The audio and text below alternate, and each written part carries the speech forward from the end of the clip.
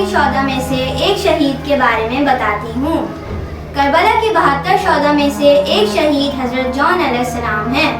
جون حضرت ابو ذر غفاری کی شہادت کے بعد مدینہ لوٹے اور خدمت اہل بیت کرنے لگے۔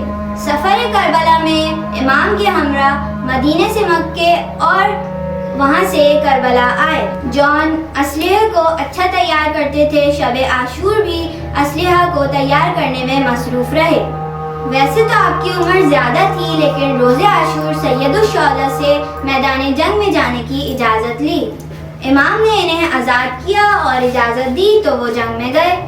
جنگ کے بعد جب وہ زمین پر گرے تو امام خود آپ کے پاس گئے اور ایک دعا کری۔ فاطمہ، مجھے ایک سوال ہے، امام نے حضرت جون کے لیے کیا دعا کری؟ علی، مجھے آپ کے سوال کا جواب آتا ہے۔ امام نے حضرت جون کے لیے یہ دعا کی کہ خداوندہ اس کا چہرہ سفید اور اس کے پسینے کو خوشبودار بنا دے اور اسے نیک لوگوں کے ساتھ محشور فرما۔